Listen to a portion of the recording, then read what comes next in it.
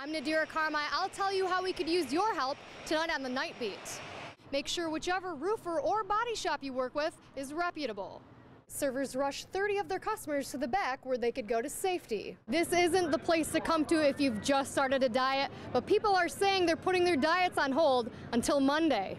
Teens aren't the only culprits of texting and driving, adults are too. That's why some state officials believe no matter how young or old you are, nobody should be using a phone while driving. It was supposed to be a fun fishing trip on the White River, but it all ended quickly when a man fell in and never came back up.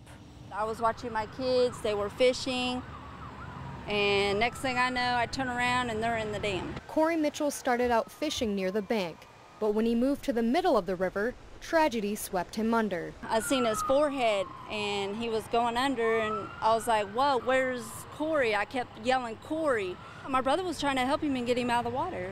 But his girlfriend's brother couldn't find him. They called 911 around 5 p.m. His foot got caught in something, and when he bent over to disengage his foot from whatever it was caught in, he fell in and the water took him. It's very deceiving, and people want to get out into the middle of it and because it's pretty and they want to look at it. Emergency crews say the water looks calm and there's no current, but at the bottom of the 10-foot water, there's sharp rocks and metal debris. Everybody thinks that they're going to get out of it, whatever the situation may be, but when he fell in, the current just took him out because it was just stronger than he was able to get himself out of. By 5:30, search and rescue units were on scene with 3 rescue boats, divers, and dozens of search technicians. Captain Aldrich is the diver who found him, and he just said that he was simply not entangled in anything. He just was laying face down in the water. Considering the amount of debris that's under the water, it's pretty surprising. Rescue crews do not believe anyone was wearing a life jacket. This whole thing could have been prevented maybe if he had a life jacket on. Corey Mitchell was taken to Methodist Hospital. There are no reports on an autopsy being taken. Reporting live, Nadira Carmi, Channel 13 Eyewitness News.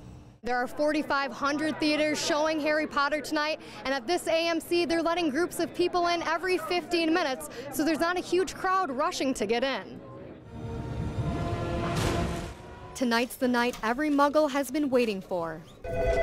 Costume shops have been raided by customers who are preparing for the midnight premiere of the 6th Harry Potter movie. We got the witches' rooms that can be used for Harry Potter. I had a lady come in yesterday to buy the Harry Potter glasses. She rented one of the red and gold ties to be Harry Potter. And the hype continues at movie theaters. The phone's off the hook with people calling and wanting to know if we have tickets. Since the excitement of the Half-Blooded Prince has been so big, Cinema Grill now sells their tickets online, something they never did until a few days ago. We want to make sure we can get them in there quick because we also serve food, and the faster we can get them in, we can get their order and get it to them before the movie starts. The magical story of wizards and warlocks can be fun for many, but for young kids it can be just too scary. I've seen a movie and it was really scary.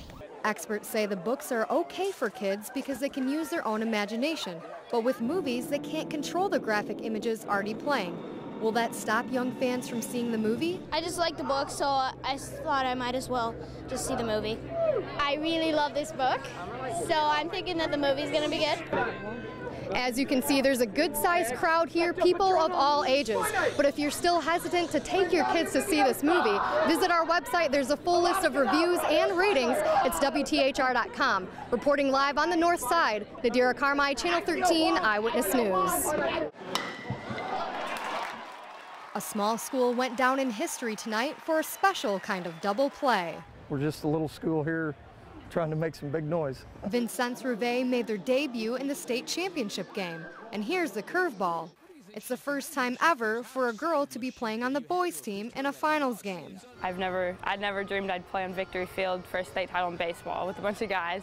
She's the only one out there with a ponytail, but Emily Montgomery plays with talent, just like her teammates. At practice and stuff, I do everything they do. Montgomery started playing ball in Little League. I played All-Stars with a bunch of guys from when I was 7 till I was 12. This is history. Her talent was well known, so when the Patriots were down a few players at the start of the season, the coach tried to recruit her. I knew that she had played before in the youth league on All-Star teams. But number 8 was hesitant. I was real unsure about it at first. I was like, that's a boys' sport. I'm not supposed to do that, you know. It was her brother Corey who convinced her and sealed the deal. I sat her down and talked to her about actually serious one-on-one.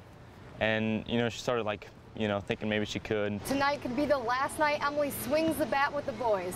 Her true love is basketball, but she says she hopes tonight's game will be an inspiration to many girls to follow their dreams. And if you like baseball and if you have the opportunity to play, I would go for it because it's a lot of fun.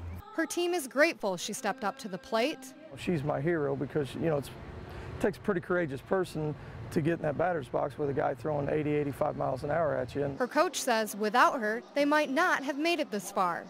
Nadira Carmi, Channel 13 Eyewitness News.